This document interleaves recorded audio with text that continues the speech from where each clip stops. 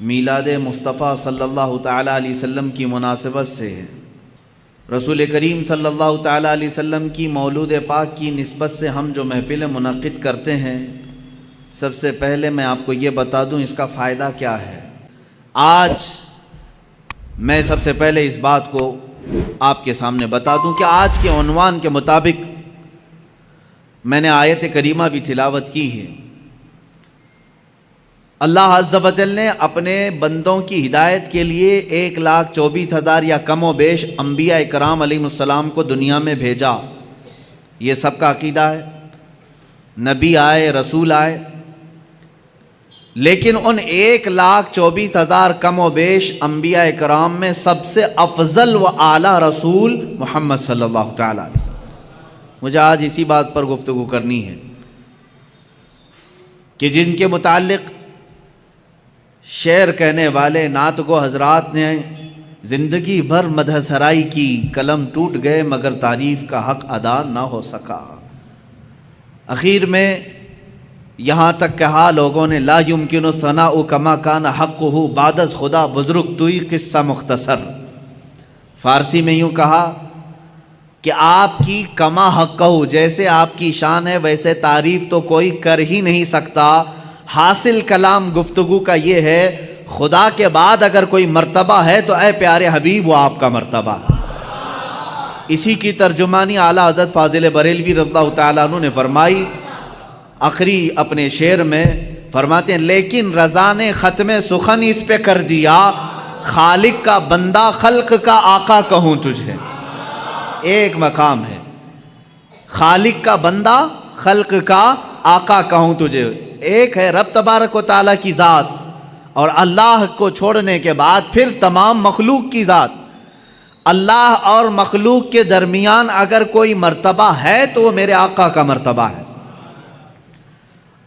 اتنا نہ بڑھاؤ کہ خدا تک پہنچ جائے، اور کبھی اتنا نہ گھٹاؤ کہ وہ عام بندہ بن جائے۔ اسی لیے اعلیٰ حضرت رضی اللہ تعالیٰ عنہ فرماتے ہیں ممکن میں یہ قدرت کہاں، واجب میں یہ عبدیت کہاں۔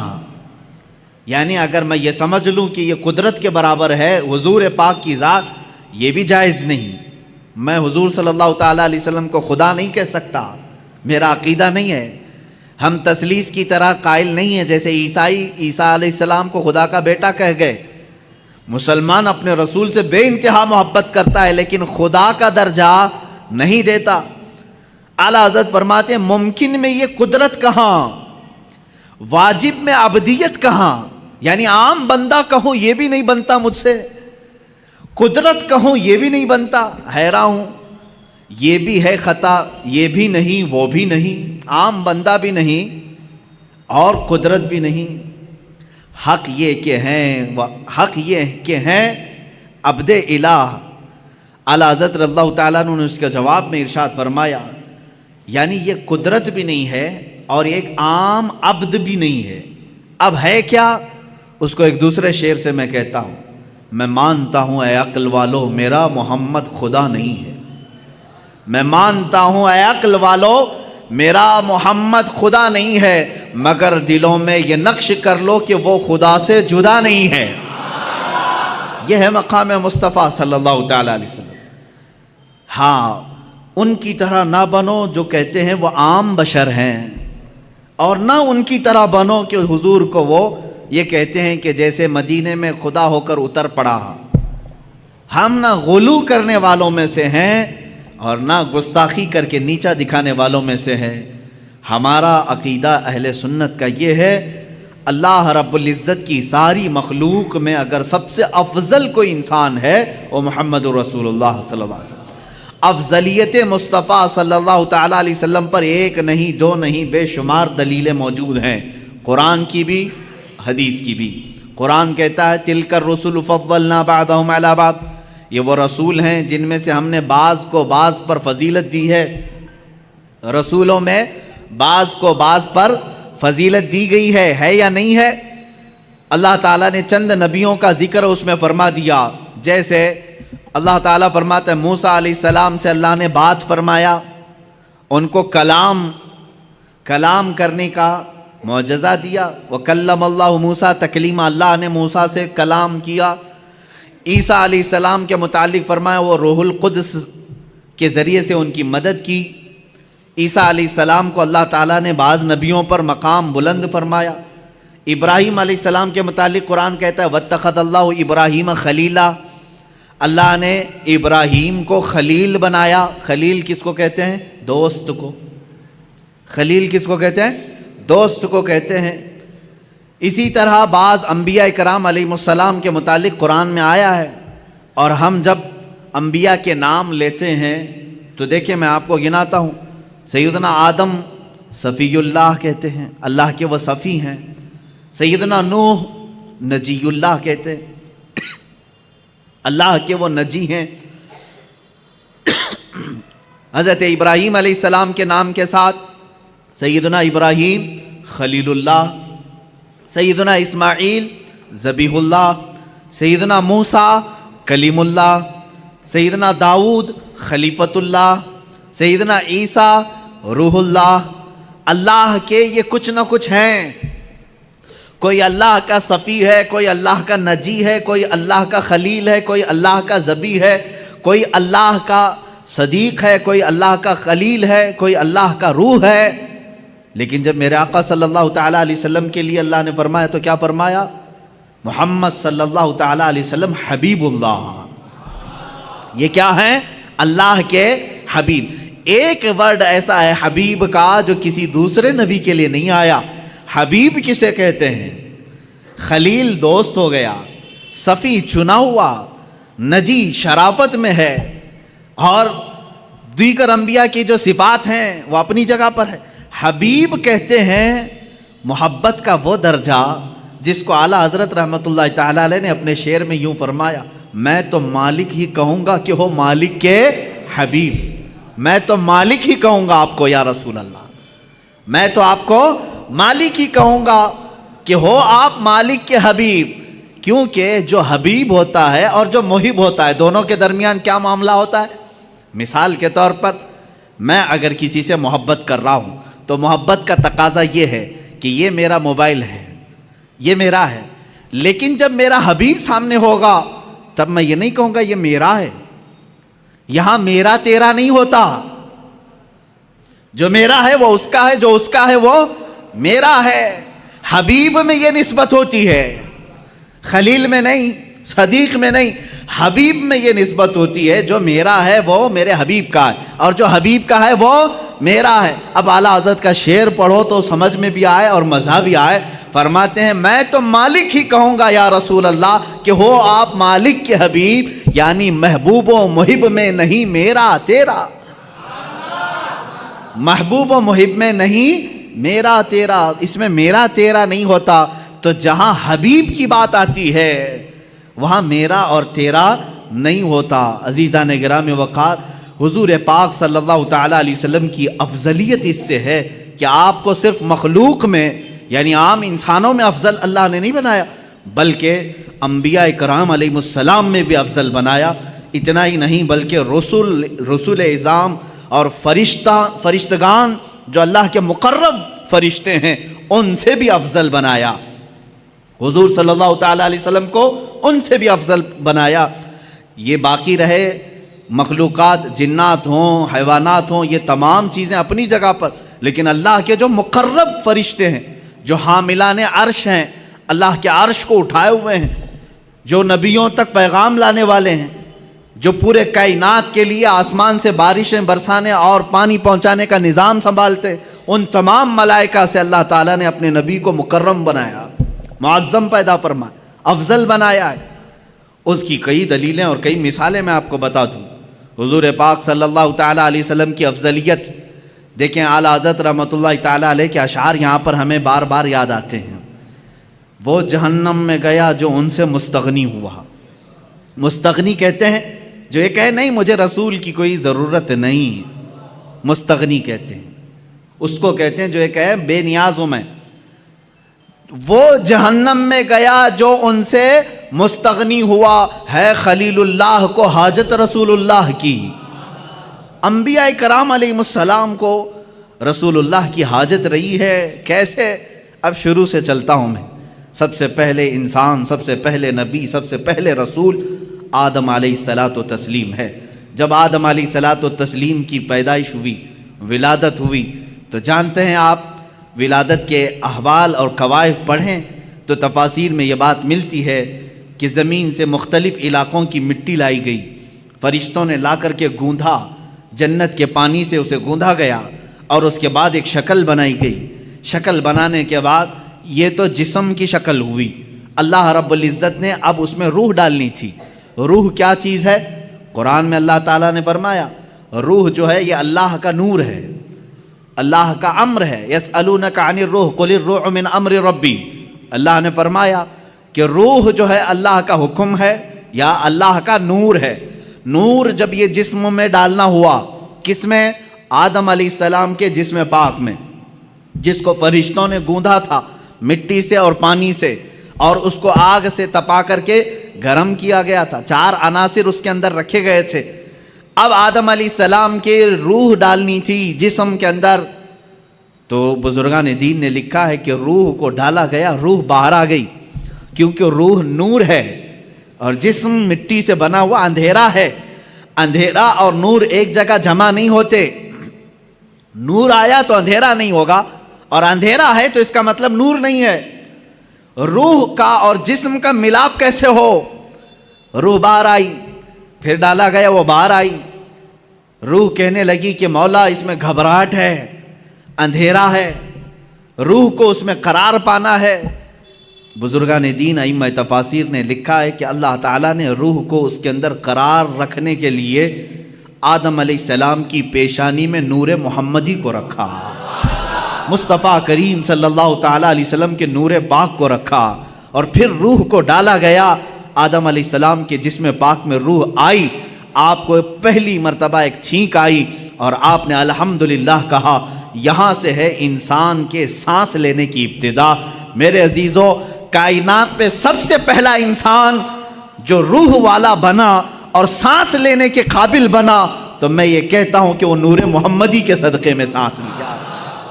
سانس لیا ہے کس کی بدولت؟ نور محمدی کے بدولت. مصطفیٰ کریم صلی اللہ تعالیٰ علیہ وسلم کا نور پاک آدم علیہ السلام کی پیشانی میں رکھا گیا.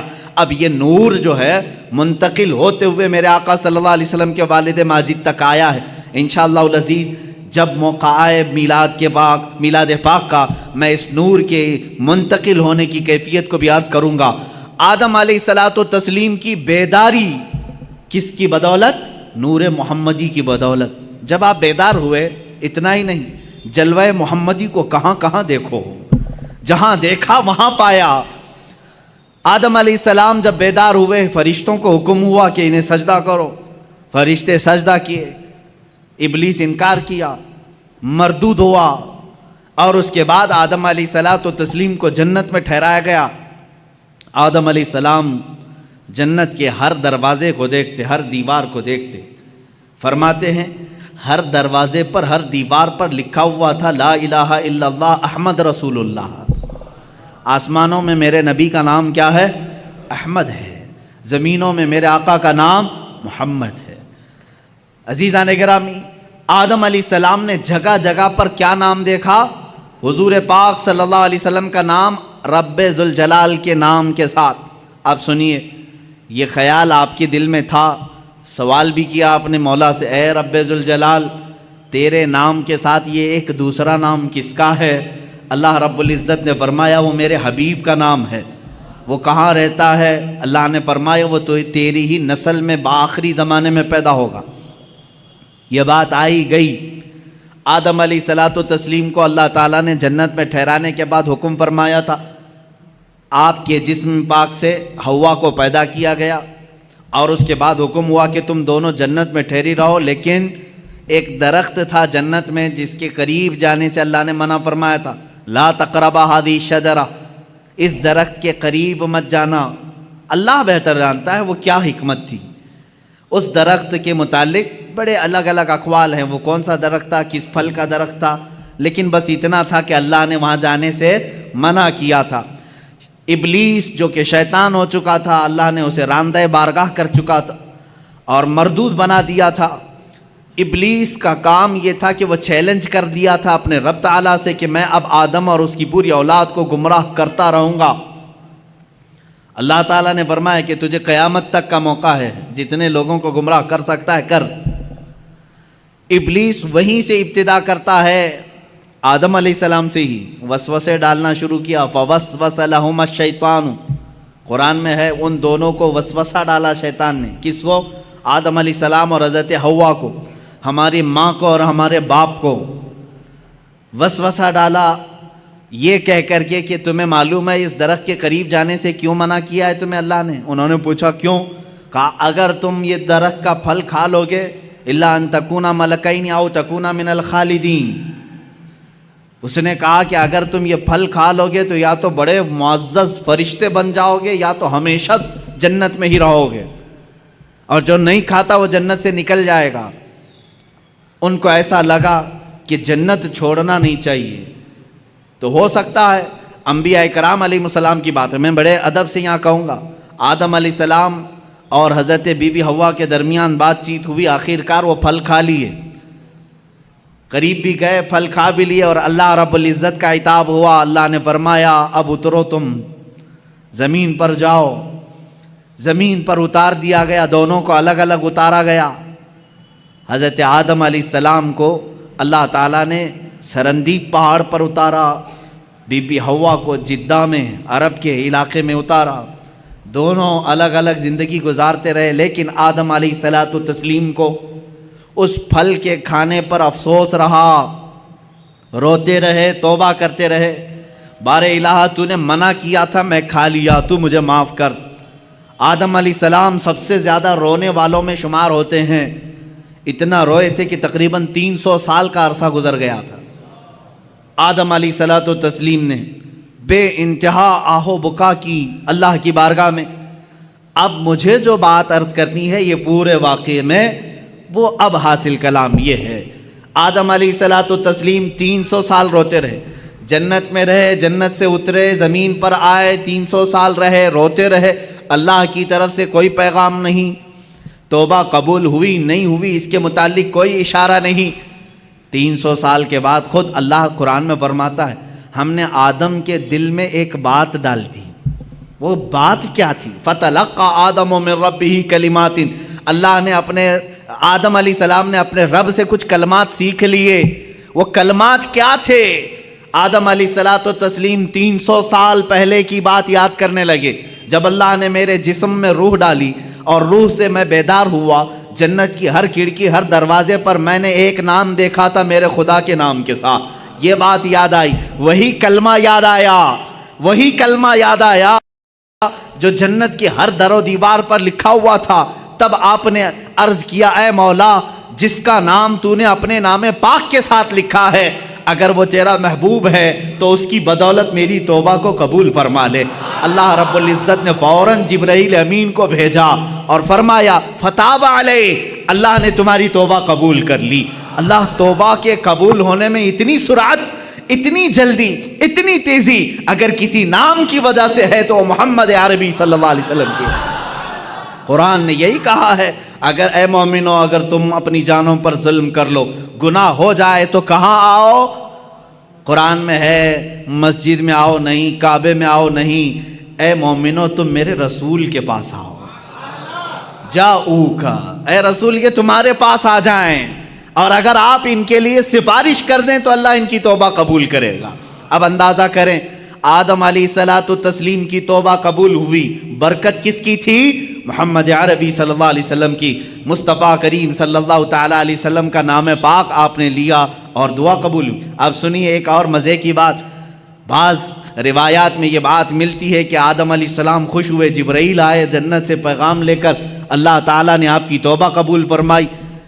آدم علیہ السلام نے کہا وہ نام اتنی برکت والا، وہ نام اتنی عظمت والا، وہ نام اللہ رب العزت کی بارگاہ میں اتنے مقام و مرتبے والا، اے مولا اس نام پاک کی ذات اور اس کی ہستی کا ایک بار مجھے بھی تو دیدار کرا دے، ایک بار مجھے دیدار کرا دے۔ جو لوگ یہ کہیں کہ حضور پاک صلی اللہ علیہ وسلم کو 40 سال کے بعد نبوت ملی تھی، وہ یہ بات سنیں ابھی دنیا وجود میں ہی نہیں آئی، کوئی بچے نہیں ہوئے آدم علیہ السلام کے، تب آدم علیہ السلام عرض کر رہے مولا اس شکل محمدی کو میں دیکھنا چاہتا ہوں جس کی بدولت میری دعا قبول ہوئی۔ اللہ تبارک و تعالیٰ نے آدم علیہ السلام سے فرمایا کہ تم اپنے دونوں انگوٹھوں کے ناخنوں میں دیکھو۔ یہ بیان کیا ہے کہ دونوں انگوٹھوں کے ناخنوں میں آپ نے دیکھا حضور پاک صلی اللہ تعالیٰ علیہ وسلم کا نور پاک ان کے انگوٹھوں میں رکھا گیا۔ آدم علیہ السلام نے بڑھ کر کے اس کو چوما اور اپنی آنکھوں سے لگا لیا۔ یہ ہمارا بھی آج طریقہ ہے۔ ظاہر سی بات ہے اصلی اولاد وہی ہے جو اپنے باپ کے طریقے پہ چلتی ہے۔ محمد صلی اللہ تعالیٰ علیہ وسلم، ہم کس کے طریقے پر چل رہے ہیں؟ باپ کے طریقے پر چل رہے ہیں۔ جو باپ کا نہ ہو اسے تکلیف ہو۔ ہم آدم علیہ السلام کی آل میں ہیں، اولاد میں ہیں، ہم اپنے باپ کے طریقے پر چل رہے ہیں۔ عزیزان گرامی وقار، مجھے یہاں پر افضلیت مصطفیٰ عرض کرنی ہے، میرے آقا صلی اللہ تعالیٰ علیہ وسلم کی بات میں کمپیر اور موازنہ کر کے نہیں دکھا سکتا، کیونکہ حضور صلی اللہ علیہ وسلم نے فرمایا اس طرح نہ کرو کہ ایک نبی کو گراؤ دوسرے نبی کو بڑھاؤ۔ سارے انبیاء کرام علیہ السلام نبوت اور رسالت میں برابر ہیں، لیکن کچھ خصوصیتیں اللہ نے ان کو عطا کی ہیں۔ اس کا مطلب یہ نہیں کہ ہم کسی بھی دوسرے نبی کی توہین کریں گے، ہرگز نہیں۔ ہر نبی کا اپنا مقام ہے، ہر نبی کا اپنا ایک مقام و مرتبہ ہے، لیکن میرے مصطفیٰ صلی اللہ علیہ وسلم کی شان پاک الگ ہے۔ اعلیٰ حضرت فاضل بریلوی رحمۃ اللہ تعالیٰ علیہ نے فرمایا ہے خدا کی رضا چاہتے ہیں دو عالم۔ ساری دنیا کس کی رضا چاہتی ہے؟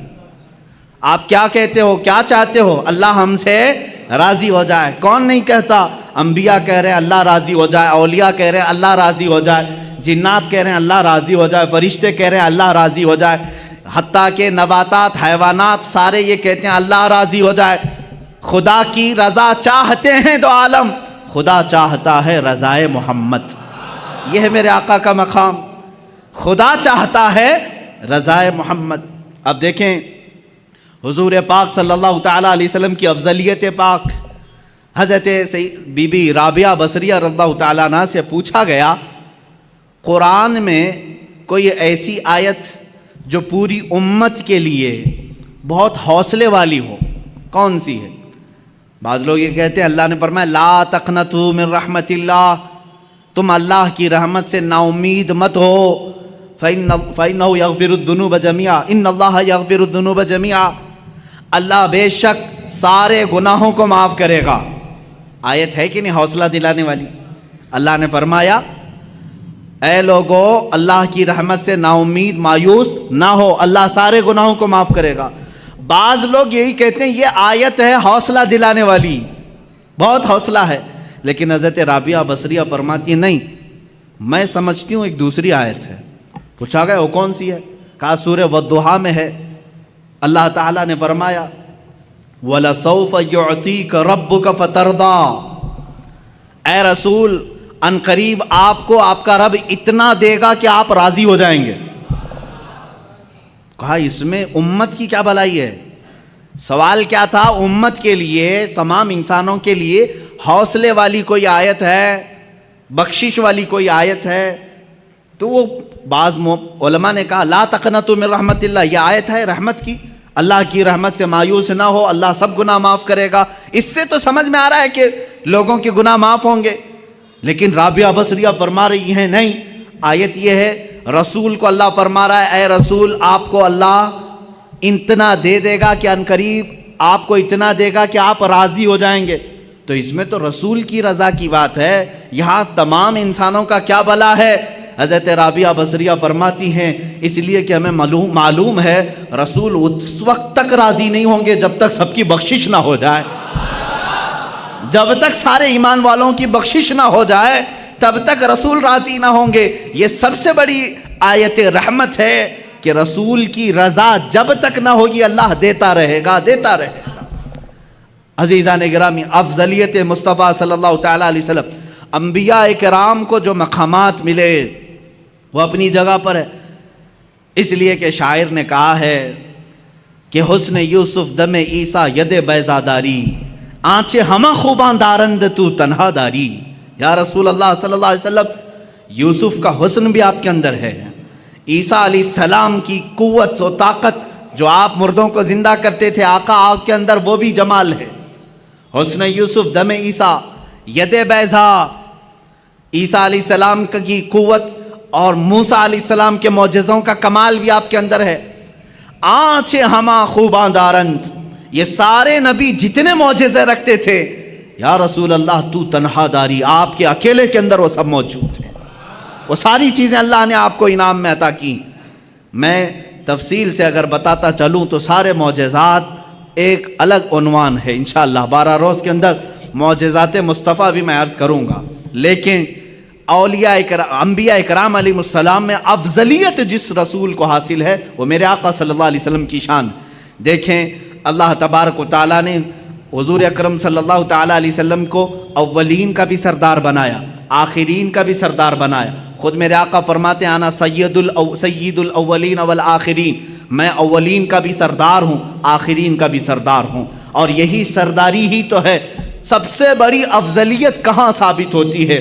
اس وقت جب اللہ رب العزت معراج میں اپنے حبیب کو بلا رہا ہے، ایک طرف لن ترانی ہے، ایک طرف لن ترانی قرآن میں آئی ہوئی آیت میں بتا رہا ہوں۔ موسیٰ علیہ السلام اللہ رب العزت کی بارگاہ میں بار بار یوں عرض کر رہے تھے ربی ارینی، اے اللہ تو مجھے اپنا جلوہ دکھا دے، اے اللہ تو مجھے اپنا دیدار کرا دے۔ اللہ فرماتا ہے لن ترانی، اے موسیٰ تو ہرگز مجھے نہیں دیکھ سکے گا۔ لن عربی میں تاکید کے لیے آتا ہے، نفی تاکید، کہ تم ہرگز نہیں دیکھ سکو گے۔ کس کو کہا جا رہا ہے؟ موسیٰ علیہ السلام۔ آپ نے بار بار اصرار کیا تو اللہ تعالیٰ نے فرمایا ٹھیک ہے، کوہ طور پر آ جاؤ، کوہ طور پر آ جاؤ، نالین نیچے اتارو۔ موسیٰ علیہ السلام کو کیا کہا جا رہا ہے؟ نالین، چپل اپنے نیچے اتارو، کوہ طور پر آؤ، اور اللہ رب العزت اپنی پوری ذات نہیں، اپنی ایک تجلی کا اظہار تم پر کرے گا۔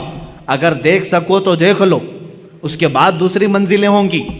قرآن کی آیت ہے 9ویں پارے کی، اللہ فرماتا ہے فَلَمَّا تَجَلَّى رَبُّهُ لِلْجَبَلِ جَعَلَهُ دَكَّا وَخَرَّ مُوسَىٰ صَعِقًا۔ اللہ تعالیٰ نے حکم فرمایا موسیٰ سامنے والے پہاڑ کی طرف دیکھتے رہو، اس درخت کی طرف جو پہاڑ کے اوپر ہے، اس درخت پر اللہ رب العزت نے اپنے جمال کی، جلال کی تجلیات میں سے سوئی کے ناکے سے بھی کم، سوئی کا ناکا ہوتا کتنا ہے؟ بہت چھوٹا سا، سوئی کی انی، اس سے بھی کم حصہ اپنی تجلی کا، اپنی نور کا ظاہر فرمایا۔ قرآن کہتا ہے جعلہ دکا، پورا پہاڑ زلزلہ میں تبدیل ہوا، زلزلے میں آ گیا، پورا پہاڑ جل گیا۔ وَخَرَّ مُوسَىٰ صَعِقًا، اور غش کھا کر کے موسیٰ علیہ السلام زمین پر گر گئے، غش کھا گئے، دیکھ نہیں سکے کس چیز کو؟ جو سوئی کے ناکے کے برابر رب ذوالجلال کی تجلی تھی۔ فَلَمَّا أَفَاقَ قَالَ سُبْحَانَكَ تُبْتُ إِلَيْكَ، جب وہ بیدار ہوئے، موسیٰ علیہ السلام نے کہا اے اللہ تیری بلندی ہو، تیری پاکی ہو، میں رجوع کرتا ہوں اپنی اس بات سے جو پہلے کہہ رہا تھا کہ اللہ تو مجھے دکھا دے۔ پھر دوبارہ انہوں نے یہ بات نہیں کہی کہ اے اللہ تو مجھے دکھا دے، اے اللہ تو مجھے اپنا دیدار کرا دے۔ یہ تو موسیٰ علیہ الصلوۃ والتسلیم کی شان ہے، کیونکہ اللہ تعالیٰ نے فرمایا کسی بشر میں یہ طاقت نہیں کہ وہ براہ راست اپنے رب کو دیکھ سکے، کسی بشر کے اندر یہ آنکھیں دی نہیں گئیں کہ وہ براہ راست اپنے پیدا کرنے والے خالق کو دیکھ سکے۔ لیکن یہی معاملہ جب میرے آقا کے ساتھ ہوا، 26 رجب المرجب ہے، اللہ کے حبیب صلی اللہ تعالیٰ علیہ وسلم اپنے دولت قدے پر حضرت ام ہانی کے گھر پر آرام فرما رہے ہیں، جبرائیل امین آئے اور آ کر کے میرے آقا صلی اللہ تعالیٰ علیہ وسلم کو بیدار کر رہے ہیں، تو بیداری کا طریقہ بھی بتایا گیا ہے۔ انہوں نے اپنی پیشانی حضور کے تلووں سے لگائی، ٹھنڈک سے آپ بیدار ہوئے۔ پوچھا جبرائیل اس وقت آنا کس بات کا ہے؟ جبرائیل نے کہا اللہ تعالیٰ آپ کو آسمانوں کی سیر کرانا چاہتا ہے، جنت، دوزخ، عرش، کرسی، لوح و قلم کے دیدار کرانا چاہتا ہے۔ اے رسول گرامی وقار، آج آپ کی معراج کا وقت ہے، آپ کی معراج کی شب ہے، اللہ تعالیٰ آپ کو اپنی زیارت کرانا چاہتا ہے۔ حضرت جبرائیل امین نے جب یہ کہا، حضور اکرم صلی اللہ تعالیٰ علیہ وسلم اٹھے، بیدار ہوئے، اور وہاں سے مسجد حرم شریف تشریف لے گئے۔ براق آپ ہی کے لیے بنائی گئی سواری، اس پر اس سے پہلے نہ کوئی سوار ہوا نہ ان کے بعد کوئی سوار ہوا۔ یہ حضور کی خصوصیات میں سے ہے۔ براق کی تیز رفتاری ایسی تھی جہاں تک ایک نگاہ پہنچتی ہے وہاں اس کا پہلا قدم ہوتا تھا۔ براق کی تیز رفتاری، رسول کریم صلی اللہ تعالیٰ علیہ وسلم اس پر جلوہ فرما ہو کر آسمانوں کے سفر پر گئے، لیکن اس سفر میں میرے آقا کی افضلیت تمہیں جگہ جگہ میں بتاؤں۔ اللہ اکبر۔ حرم پاک سے مسجد اقصیٰ تک کا سفر تو قرآن میں اللہ نے بیان کیا ہے۔ سبحان الذی اسریٰ بعبدہ لیلا من المسجد الحرام الی المسجد الاقصیٰ۔ پاک ہے وہ ذات جس نے اپنے بندے کو رات کے ایک چھوڑے سے وقت میں مسجد حرم سے مسجد اقصیٰ تک کا سفر کرایا۔ مسجد اقصیٰ کسے کہتے ہیں؟ بیت المقدس جو فلسطین میں ہے، جو ہمارا قبلہ اول ہے۔ پہلے ہم اسی کی طرف منہ کر کے نماز پڑھتے ہیں۔ حضور پاک صلی اللہ تعالیٰ علیہ وسلم مسجد اقصیٰ گئے تو سفر کے درمیان یہاں مسجد اقصیٰ آنے کا کیا مطلب ہے، کیا وجہ ہے؟ یہاں آئے حضور پاک صلی اللہ تعالیٰ علیہ وسلم تو دیکھا آپ تنہا نہیں تھے۔ آدم علیہ السلام سے لے کر عیسیٰ علیہ السلام تک جتنے نبی دنیا میں آئے سب کے سب وہاں جمع تھے، سب کے سب جمع تھے۔ حضور پاک صلی اللہ علیہ وسلم جیسی ہی تشریف لائے، سبوں نے حضور اکرم صلی اللہ علیہ وسلم کا استقبال کیا۔ اللہ کے حبیب صلی اللہ تعالیٰ علیہ وسلم پیدا ہونے کے اعتبار سے سب سے آخری زمانے میں آئے ہیں، لیکن جب مسجد اقصیٰ میں گزر رہے تھے تو سب سے آگے مصلی پر آپ تشریف فرما تھے۔ سب سے پہلے آپ مصلی پر تشریف لے گئے، آپ نے انبیاء کرام علیہ السلام کی امامت فرمائی۔ اب یہ ایک الگ نماز ہے، جبکہ نماز تو معراج کے بعد ہم کو ملی، وہ نماز انبیاء کی مخصوص نماز تھی، وہ تو صرف میرے آقا کی امامت دکھانی مقصود تھی۔ اس نماز کو نہ میں جمعہ سے تشبیہ دے سکتا ہوں نہ عید سے تشبیہ دے سکتا ہوں، اس لیے کہ نہ دنیا میں ایسی کوئی نماز ہوئی ہے نہ ہوگی جس کا امام سید الانبیاء اور مقتدی سارے رسول، سارے انبیاء۔ ایسی نماز کہاں؟ وہ خود اپنی اپنی شریعتوں کے مالک، اپنی اپنی امتوں کے آقا، لیکن آج میرے نبی کی اقتداء میں مقتدی بنے ہوئے تھے۔ لیکن اس نماز کا ایک الگ حال ہے۔ حضور نے امامت فرمائی، امام ہی خطبہ دیتا ہے یا نہیں؟ جمعہ میں جو نماز پڑھایا وہی خطبہ دے رہا ہے، عید میں جو نماز پڑھایا وہی خطبہ دے رہا ہے، لیکن اس نماز کا حال ایسا نہیں تھا۔ حضور نے امامت تو فرمائی، خطبہ سب سے پہلے آدم علیہ السلام نے دیا، پھر ابراہیم علیہ السلام نے دیا، پھر اسماعیل علیہ السلام نے دیا، پھر موسیٰ علیہ السلام نے دیا، پھر عیسیٰ علیہ السلام نے دیا۔ کئی انبیاء کرام علیہ السلام خطبہ دے رہے تھے۔ یہ کیا خطبہ تھا؟ ہر نبی آتے تھے محمد عربی صلی اللہ علیہ وسلم کی تعریف بیان کرتے تھے۔ میرے عزیزوں، پھر کہتے ہو مولود کی محفل شرک و بدعت ہے، ان انبیاء کرام کو کیا فتویٰ دو گے جو نبی بازو بیٹھے ہیں اور ان کی تعریف میں وہ مدح سرائی کر رہے ہوں؟ حضور پاک صلی اللہ تعالیٰ علیہ وسلم کی تعریف بیان کرنا، یہی تو مولود کی محفل ہے، یہی تو میلاد کی محفل ہے۔ میلاد کی محفل میں مجھے بتاؤ کیا گانے بجانے ہوتے ہیں، کیا ڈھول باجے ہوتے ہیں؟ یہاں سیرت مصطفیٰ بیان کی جا رہی ہے، یہی تو ہم بیان کر رہے ہیں۔ اللہ کے نبی سب سے اعلیٰ ہیں، سب سے افضل ہیں، سب سے اشرف ہیں، سب سے اکرم ہیں۔ حضور کی تعریف بیان کرنا یہ تو معراج کے سفر میں انبیاء کی بھی سنت ہے۔ مسجد اقصیٰ میں سارے نبیوں نے خطبہ دیا، وہ کتنا وقت لگا ہوگا اللہ ہی بہتر جانے، اللہ ہی بہتر جانے۔ نبیوں کی طاقت و قوت اپنی جگہ پر، اس کو آپ گیس نہیں کر سکو گے۔ اللہ نے نبیوں کو کیا طاقت دی ہے، کون سی قوت ہے؟ یہاں لوگ حضور کی طاقت ناپنے کی کوشش کر رہے ہیں، دوسرے نبیوں کی طاقت ان کا اندازہ نہیں کر سکو گے۔ نماز ادھر پڑھائی، جلسہ ختم ہوا، حضور پاک صلی اللہ علیہ وسلم پھر سفر پر روانہ ہوئے۔ کہاں؟ اب آسمانوں کا سفر تھا، جبکہ فرمایا گیا ہے آسمانوں کا سفر براق پر، اور وہ بھی تیز رفتار براق۔ لیکن حدیث میں یہ ملتا ہے میرے آقا صلی اللہ تعالیٰ علیہ وسلم پہلے آسمان پر جب پہنچے، دروازہ کھٹکھٹایا گیا، آسمان کا دروازہ ہے، یہ اللہ بہتر جانے۔ فرشتوں نے دروازہ کھولا اور جیسی پہلے آسمان پر آپ گئے، میرے آقا فرماتے میں نے آدم علیہ السلام سے ملاقات کی۔ کس سے؟ آدم علیہ السلام سے ملاقات کی۔ آدم علیہ السلام وہاں استقبال کے لیے تھے۔ ہر آسمان پر اللہ کے نبی صلی اللہ علیہ وسلم نے ایک ایک نبی سے ملاقات کی، حضرت یوسف علیہ السلام سے، حضرت عیسیٰ علیہ السلام سے، 7ویں آسمان پر حضرت ابراہیم علیہ السلام تھے. یہ ہر آسمان پر ایک ایک نبی سے ملاقات کی اور ان نبیوں نے وہاں میرے آقا کا استقبال کیا. کہیں دہن کے گھوڑے دوڑاؤ تو ادھر کے ادھر ہو جاؤ گے، خیالات اور اپنی عقل کو دوڑاؤ گے تو ادھر کے ادھر ہو جاؤ گے. مولانا ابھی تو آپ کہہ رہے تھے رسول سارے نبیوں کی امامت کر رہے تھے، اور ابھی آپ کہہ رہے ہیں کہ وہ آسمانوں پر مل رہے تھے. بات تو ہے نا؟ ہاں، تو مجھے تو ظاہر واضح کرنا ہی پڑے گا. ہاں یقیناً مسجد اقصی میں امامت میرے آقا کر رہے تھے، نبی اقتدا کر رہے تھے، اور آسمانوں میں بھی انبیاء پہنچے تھے. حضور پاک صلی اللہ تعالی. اب یہاں کہیں ایسی تو بات نہیں کہ حضور کی رفتار دھیمی ہے، دوسرے نبیوں کی رفتار اور تیز ہے، وہ پہلے پہنچے ہوئے ہیں حضور سے. یہ خیال آئے گا، کوئی یہ سوال کرے گا دوسرے رسول تو میرے نبی سے پہلے پہنچ گئے تھے آسمانوں پر، حضور تو بعد میں آئے. میرے عزیز، یہ سفر کو تمہیں سمجھنا ہوگا. یہ سفر عام سفر نہیں ہے، عام سفر نہیں ہے. یہ سفر ایسا ہی ہے جیسا کوئی دولہا اپنے گھر سے نکلتا ہے. دولہا جب اپنے گھر سے نکلتا ہے، کیونکہ ہم نے شروع سے دیکھا ہے اس سفر کو. دیکھتے ہیں آپ، جیسے ہی آپ دولہا بنے، ہمارے ہاں گھوڑوں اور گھوڑیوں کا رواج تو ہے نہیں. یو پی وغیرہ میں آپ جائیں گے تو آج بھی دولہے گھوڑی پر بیٹھتے ہیں سنور کر کے.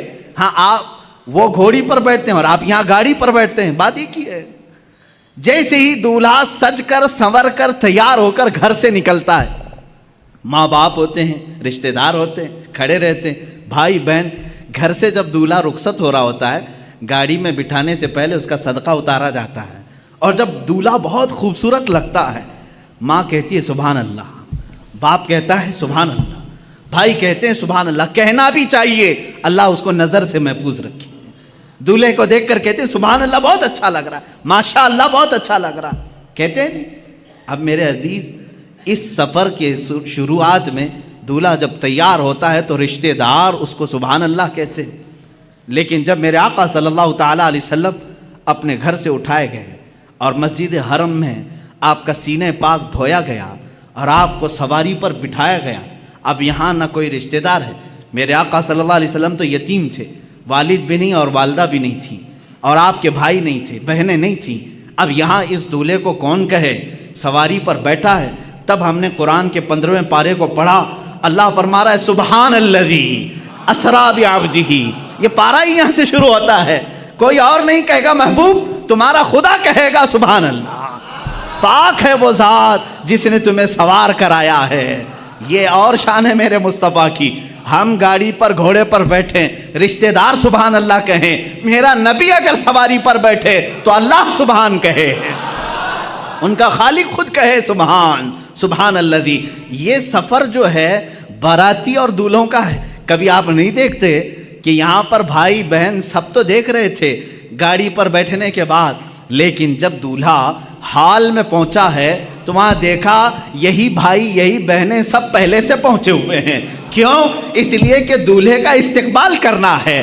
یہ سفر دولہے کا استقبالی سفر ہے. یہی میرے عزیزو، جب میرے آقا معراج کے سفر میں تھے، یہاں امامت تو کی مسجد اقصی میں، خطبے تو سب کے سنے، لیکن جب آسمانوں پر پہنچنا تھا تو حضور کا جو گھوڑا تھا، براق ہے، وہ دھیمی رفتار سے چل رہا تھا جیسے دولہے کی سواری چلتی ہے. اور انبیاء پہلے سے پہنچے ہوئے تھے، اس لیے نہیں کہ وہ نبی سے زیادہ رفتار رکھتے ہیں، اس لیے پہنچے تھے کہ دولہے کا انہیں استقبال کرنا تھا. یہ سفر کی حکمت ہے. میرے آقا صلی اللہ تعالیٰ علیہ وسلم کی یہ شان، آپ کی افضلیت ہر نبی نے تسلیم کی. قرآن نے خود ان نبیوں سے وعدہ لیا ہے. عزیزان گرامی وقار، اسی سفر میں آپ کو یہ بھی بتا دوں، اللہ کے حبیب صلی اللہ تعالیٰ علیہ وسلم آسمانوں کا سفر کیے، جنت آپ کو دکھائی گئی، دوزخ کے نظارے کروائے گئے، اور اس کے بعد ایک مقام ایسا آیا سدرہ کے بعد، جبرائیل امین نے کہا اب جائیں، آپ کا سفر ہے. جہاں سے جبرائیل کا بھی سفر نہیں تھا، رسول کریم صلی اللہ علیہ وسلم وہ پہلے شخص ہیں جنہوں نے سدرہ کے آگے کا سفر کیا. حضور پاک صلی اللہ تعالیٰ علیہ وسلم جس جگہ گئے اس کو کہتے ہیں لامکاں. لامکاں کا مطلب ہے جس جگہ کا کوئی نام ہی نہیں، تم نام نہیں رکھ سکتے اس کا.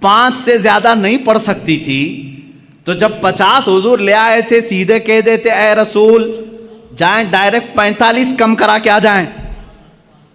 موسیٰ علیہ السلام نے ایک بار بھی نہیں کہا اور کم کرائیں، کتنا یہ نہیں، اور کم کرائیں اور کم کرائیں۔ 5 بچے رہ گئے، جبکہ موسیٰ علیہ السلام اب بھی کہہ رہے تھے اور کم کرائیں۔ یہ حدیث پاک میں اللہ کے نبی صلی اللہ علیہ وسلم نے آخر میں فرمایا اب مجھے حیا آتی ہے کم کرانے میں۔ حضور نے آخر میں فرمایا اب اس کی حکمت جو سیرت نگار بزرگان دین ہیں فرماتے ہیں بات در حقیقت نمازوں کے کم کرانے کی نہیں تھی۔ موسیٰ علیہ الصلوۃ والتسلیم جو کوہ طور پر جلوہ دیکھ نہ سکے تھے، وہ نگاہ مصطفیٰ میں دیکھ رہے تھے، میرے آقا صلی اللہ تعالی علیہ وسلم کی نگاہوں میں دیکھ رہے تھے۔ تازہ جلوہ ہے، ابھی رب کو دیکھ کر یہ بندہ آیا ہے، اللہ رب العزت کا خصوصی بندہ، اس کا حبیب، اس کا محبوب، ابھی یہ جلوہ دیکھ کر آیا ہے۔ رب تبارک و تعالیٰ کے جلوے ان کی آنکھوں میں سمائے ہوئے تھے۔ موسیٰ علیہ السلام یہ کہتے ہیں کہ انہی جلووں کو ان آنکھوں سے دیکھ لو، پھر بھیجتے کہ تازہ پھر دیکھ کر کے آئیں گے، پھر میرے مولا کے جلوے ان کی آنکھوں میں دیکھنے کو ملیں گے۔ اسی لیے تو اعلیٰ حضرت نے فرمایا کس نے یہ دیکھا موسیٰ سے پوچھے کوئی، آنکھ والوں کی ہمت پہ لاکھوں سلام۔ حضور پاک صلی اللہ تعالیٰ علیہ وسلم نے بھی موسیٰ علیہ السلام کو منع نہیں کیا، بلکہ بار بار جاتے رہے، اس لیے کہ اپنے رب کا دیدار بار بار ہوتا رہا۔ اللہ نے بھی یہ نہیں فرمایا ایک ہی ساتھ کم کر دیا جائے، اس لیے کہ میرا حبیب بار بار آتا رہے۔ یہ نمازوں کے کم کرانے کا سلسلہ تو تھا، لیکن ایک دوسرے کی محبت کا بھی معاملہ تھا۔ موسیٰ علیہ الصلوۃ والتسلیم جو جلوہ کوہ طور پر براہ راست نہ دیکھ سکے، لیکن دیکھے تو کس کے ذریعے سے دیکھے؟ میرے مصطفیٰ کی نگاہوں کے ذریعے سے دیکھا۔ اسی لیے اعلیٰ حضرت نے فرمایا وہ جہنم میں گیا جو ان سے مستغنی ہوا، ہے خلیل اللہ کو، میں کہتا ہوں ہے کلیم اللہ کو حاجت رسول اللہ کی، ہے کلیم اللہ کو حاجت رسول اللہ کی۔ ہر نبی کو رہی ہے میرے مصطفیٰ کی حاجت، ہر نبی کو رہی ہے میرے آقا صلی اللہ تعالیٰ علیہ وسلم کی حاجت۔ اور یہ بات آپ سنیں گے قیامت کے دن انشاءاللہ، اذهبوا الی غیری ہر نبی کہے گا، اور سارے کہیں گے ایک ہی ہے جو آج سفارش کر سکتا ہے، تمہاری بھی کرے گا اور ہماری بھی کرے گا، وہ نام ہے محمد عربی صلی اللہ علیہ وسلم کا۔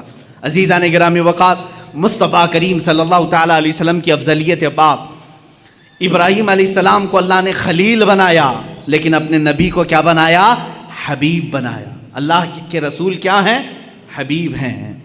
اور ان کے بعد اب یہاں پر حضور پاک صلی اللہ تعالیٰ علیہ وسلم کے صبر کو لیں، شکر کو لیں، آپ کے تمام جلال موسوی کو، جمال عیسوی کو، حسن یوسفی کو لیں، سب چیزوں میں ایک نرالی شان دکھتی ہے۔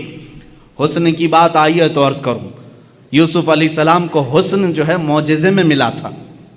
معجزہ کسے کہتے ہیں؟ معجزہ وہ جو عام انسان کی سمجھ میں نہ آئے، عام انسان کی سمجھ میں نہ آ سکے۔ یوسف علیہ السلام اتنے حسین تھے، اتنے حسین کہ لوگ یہ سمجھتے تھے، سوچتے تھے کیا انسان بھی ایسا ہو سکتا ہے؟ اتنا حسین۔ لوگ آج فلمیں بنا کر کے ان کا کیریکٹر دکھا رہے ہیں، تم کہاں سے یوسف کا ثانی لا سکو گے؟ نہیں پیدا کر سکو گے۔ بلکہ ان کے زمانے کے لوگ تو یہ کہتے تھے ہمیں تو یہ لگتا ہے فرشتہ ہے، بعض تو کہتے تھے کہ فرشتہ ہے، انسان ایسا کیسے ہو سکتا ہے؟ حسن جو ان کو ملا تھا، جمال، وہ معجزہ تھا، معجزہ تھا یوسف علیہ السلام کا حسن۔ اور بڑے واقعات ہیں قرآن پاک میں، پورا سورہ یوسف ہے۔ ان کے جمال پر کون کون فریفتہ نہیں تھا؟ ان کے جمال ہی نے، ان کے حسن ہی نے ان کو کنویں تک پہنچایا، کنویں سے پھر زلیخا کے گھر میں پہنچایا، بازار مصر میں، مصر کے بازار سے زلیخا کے گھر میں، زلیخا کے گھر سے جیل میں، جیل سے پھر وزارت عظمیٰ کی کرسی میں۔ یہ حسن ان کو اتنی منزلیں طے کراتا رہا، کیونکہ حسن و جمال ان کا تھا، لیکن حاسدین بڑھتے گئے۔ ایک بات یاد رکھنا، کوڑھی سے کوئی حسد نہیں کرتا، کوڑھی سے کوئی حسد نہیں کرتا، حسن والے سے ہی حسد کرتا ہے۔ اگر تمہارا کوئی حاسد ہے تو شکر کرو اللہ کی بارگاہ میں، کوئی تو نعمت ہے میرے اندر اس لیے حسد کر رہا ہے۔ کوڑ والے سے کون حسد کرے گا؟ جو کھوڑ پھٹ کا ہوتا ہے اس سے حسد نہیں کیا جاتا، حسن والے سے حسد ہوتا ہے۔ جس کے پاس کوئی دولت ہو اس سے حسد ہوتا ہے۔ بہرحال یوسف علیہ السلام اس کے شکار ہوتے رہے، لیکن ان کے حسن کے متعلق قرآن کا مشہور واقعہ زلیخا بہت فریفتہ تھیں، وارفتہ تھیں یوسف علیہ السلام پر. عورتیں تانا دینے لگیں کہ یوسف جوان ہے، زلیخا شادی شدہ عورت ہے، شادی شدہ ہونے کے باوجود ایک نوجوان کے حسن کے چکر میں پڑ گئی. ان تمام تانوں کو سن کر کے زلیخا نے ایک دعوت کی تھی. دعوت میں شہر کی امیر عورتوں کو بلایا تھا، سب کے ہاتھوں میں ایک لیمو اور ایک چھری دی تھی. کہا میں جب کہوں تب یہ کاٹ دینا.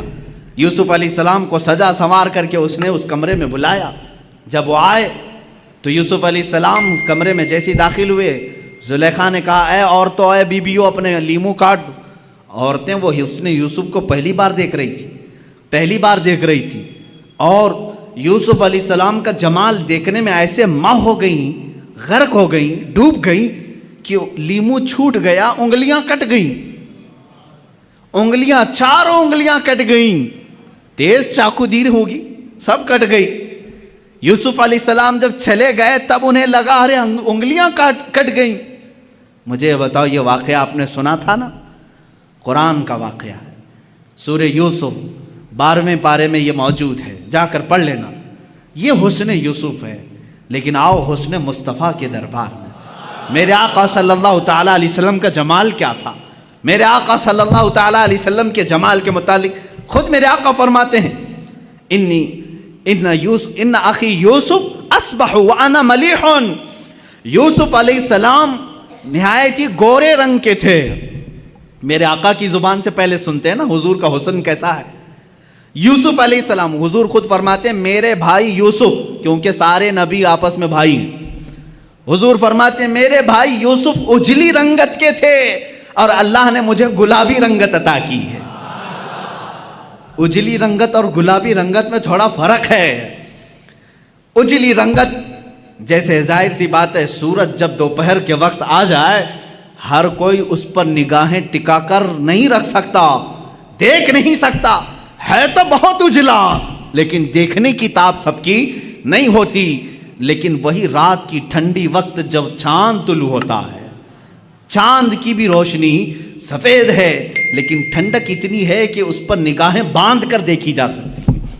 یہ میرے آقا صلی اللہ علیہ وسلم کے حسن کا انداز تھا کہ یوسف علیہ السلام کو دیکھے کوئی تو ان کے آنکھوں کو ہو سکتا ہے ایک بار ان کا حسن خیرہ کر جائے، لیکن میرے آقا کو دیکھنے والے کی حالت یہ ہوتی کہ وہ نگاہیں بند کرنا بھول جاتا، دیکھتا ہی رہتا.